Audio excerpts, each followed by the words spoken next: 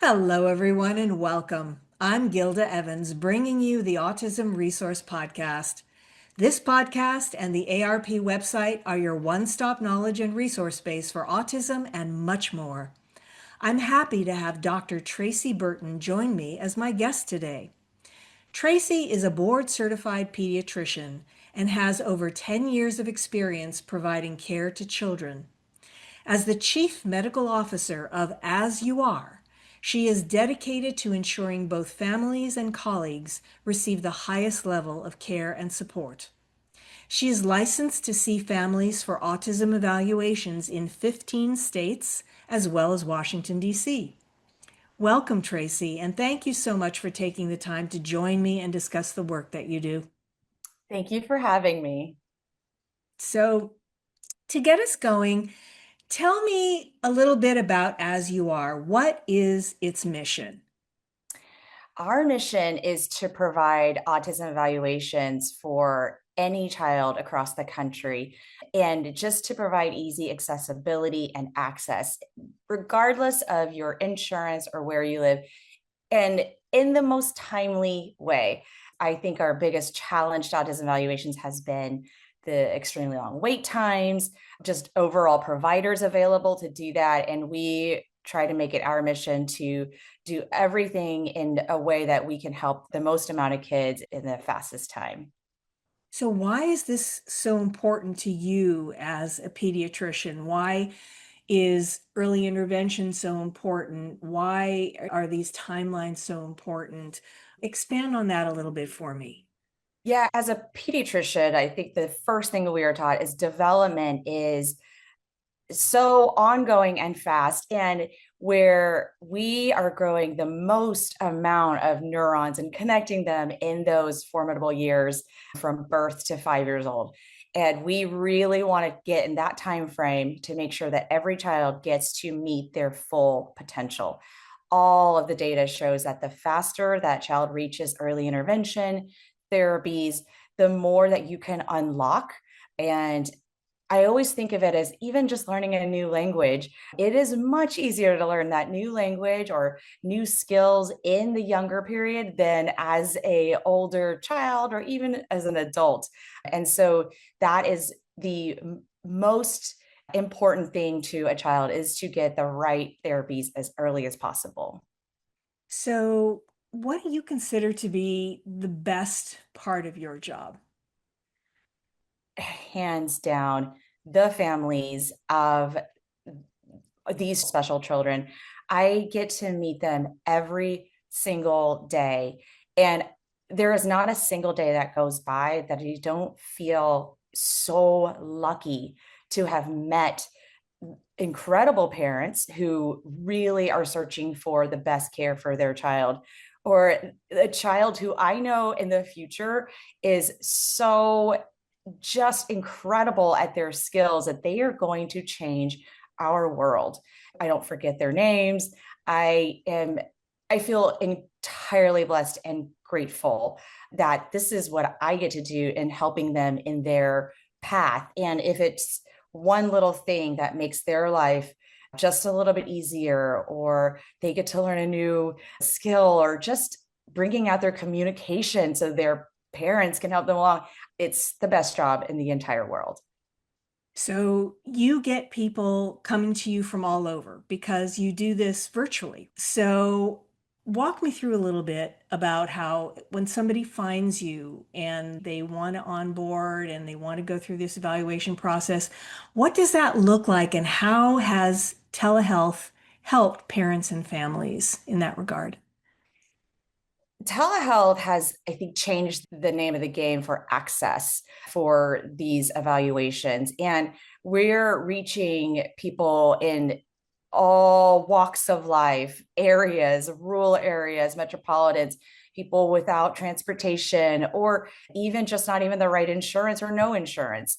And once you have found us and decide that you want to go through this journey with us, we try to make it as simple as possible. Filling out a few forms to tell us about your child. We check the insurance and really provide whatever it is that can help your child. We will make that happen. And Once they sign on, they will meet with a board certified pediatrician who has been specially trained for autism evaluations and development. They get to talk about everything that has been concerning them, down to the symptoms, their behaviors, what has teachers seen, what has their pediatrician seen. And once they go through a symptom list, a full discussion, we block out another period of time just for ease of scheduling for everyone. And your child doesn't have to be at that first one because we really want to focus on what's concerning that parent.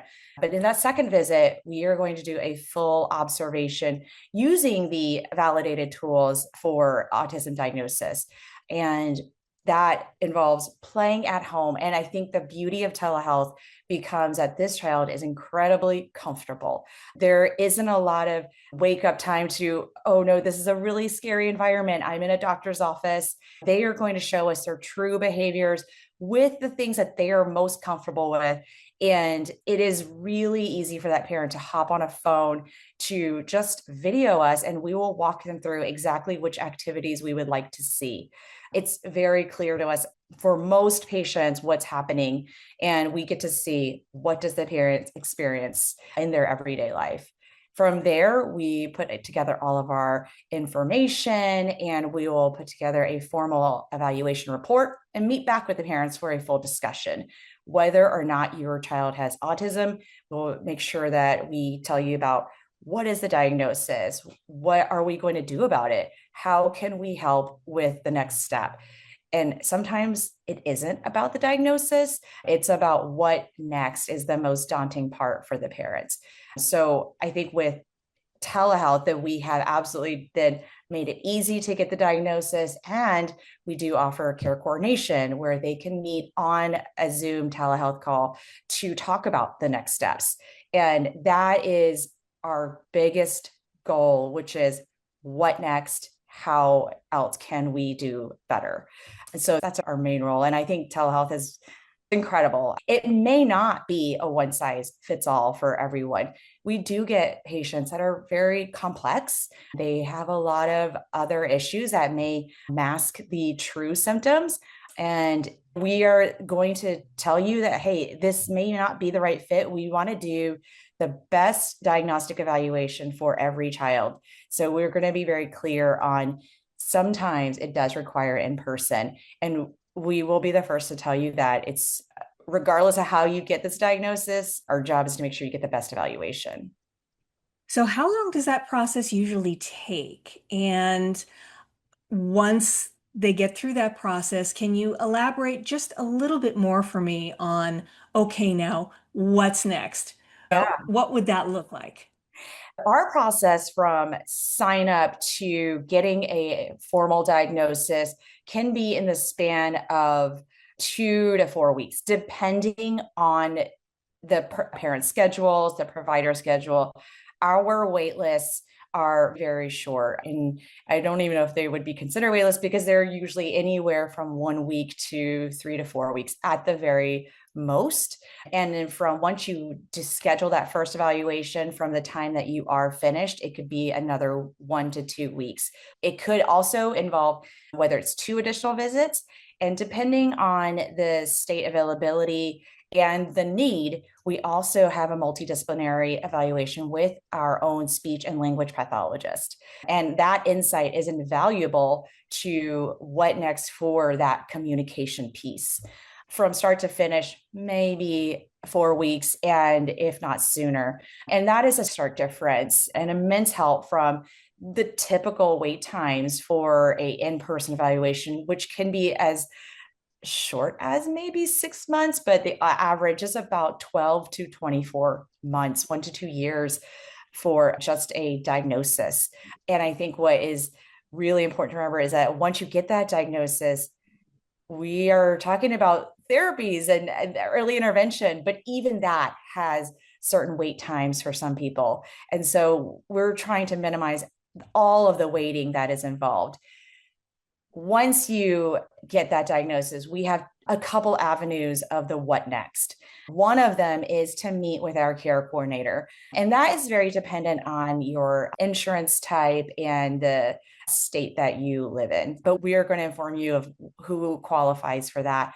Our care coordinator is our superheroes. They are our people who help us get the therapies locked in. And it's not just therapies, it's anything that can help. So, whether it is that IEP letter that needs to be written for school, even a Social Security benefits letter because you haven't been able to work, down to your child really needs that larger stroller and needs an adaptive stroller, or your child elopes the moment they get out of the car, and do they need a placard to just park closer to make that day-to-day stuff easier?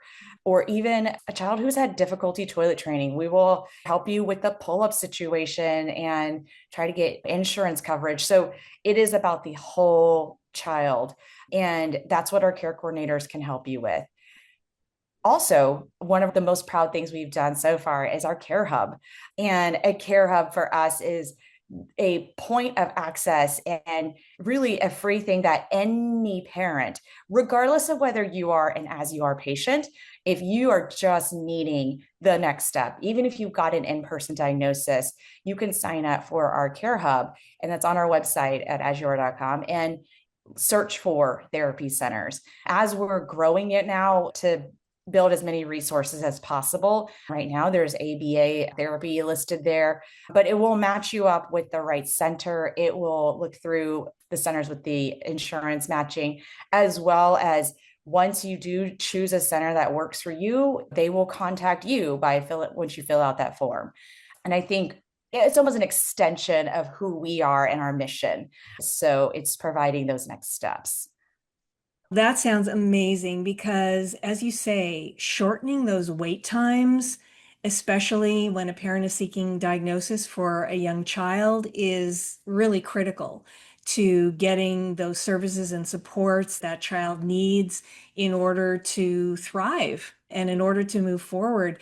Wondering, what about older children or teens or even adults that might be questioning, gee, I wonder, is there an opportunity for me to maybe do an evaluation that might answer some questions that I've been wondering about for myself?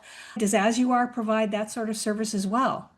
So, as we are all board certified pediatricians, we see up to 18 years old. So, for those adults, we try to lead them to other resources that may give them some more clarity. We expanded our services because your therapies and supports don't end. Initially, we were seeing kids up to 10 years old, but autism doesn't end at 10. We do re-evaluations because in the medical world that we live in, they do require recertifications of the diagnosis. They would like an updated symptom list and an updated report listing out what is necessary. So we will do a reevaluation for anyone who's had a previous diagnosis from 11 to 18. And from there, we tailor those different supports, and they have different needs when they're older. And we really try to make sure that all of our recommendations, referrals, or anything that they need is really tailored for age and that stage in life. And it just looks different when they're older, but we are ready for that.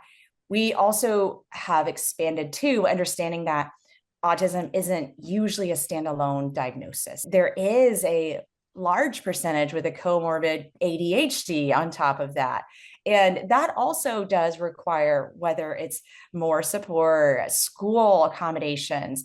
And so we have now expanded to, once we've talked about everything, let's address the other things happening. Maybe the hyperactivity or impulsivity or inattention hinders the learning ability just to even go through therapy. So we'll address that. We'll make sure you get the right evaluation for that and a diagnosis for whatever is needed there. All right, that's terrific. Now, you mentioned insurance. So, my next question is going to be, how do your clients pay for this service? Depending on the state, depending on the insurance, depending on other options and resources that might be available, a lot of people are on limited budgets. Yep. So, if somebody has a child and wants to come to you for an evaluation, how do they afford it? That is a huge barrier to care for any diagnosis. When the company was founded, it is equal access for everyone. We did not limit it to cash pay, commercial insurance. We really wanted to open up to every child.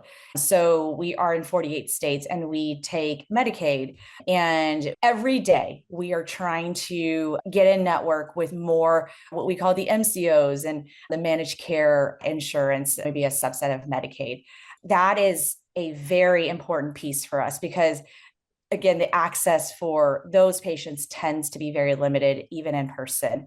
We'll make sure that those kids definitely will always receive care. And for them, the ones in network are $0 for copay. They don't owe us anything for that evaluation. Then for commercial insurance, we are trying to get in as many networks as possible. We take the big ones and we do look at, do you have a high deductible? What are your benefits?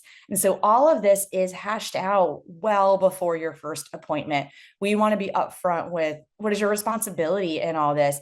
However, sometimes the deductibles are so high.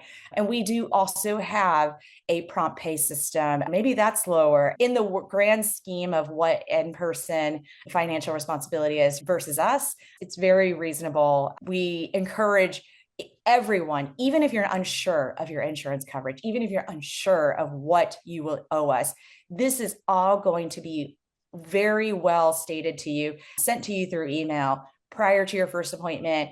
Options are discussed, and you can decide from there what is going to be your path. Because affordability and access is a massive problem in healthcare, and we're just trying to be one tiny solution to that. That's wonderful, Tracy. And I'm glad you're trying to make it accessible for so many people who really need it. So at this point, I want to ask, is there anything I haven't asked that you want to mention? And what do you feel is the most important takeaway for our listeners from our conversation?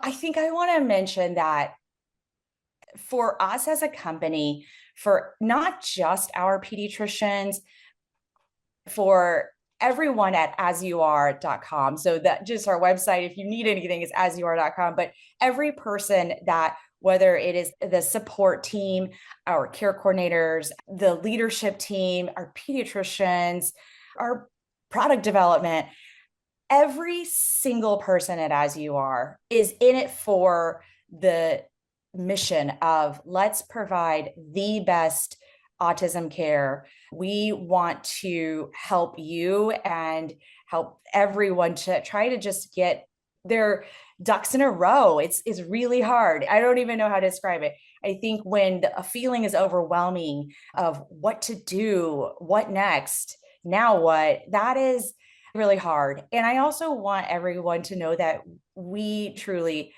care about these children. I can't say it enough, just incredibly special. And they allow us to do this cool job. And so that's, I think, the takeaway of we just really want to help. And whether that means visiting our website and just looking around to see how it can help you. I'm going to throw it out there. Just maybe a little pitch for asyouare.com. It's asyouare.com.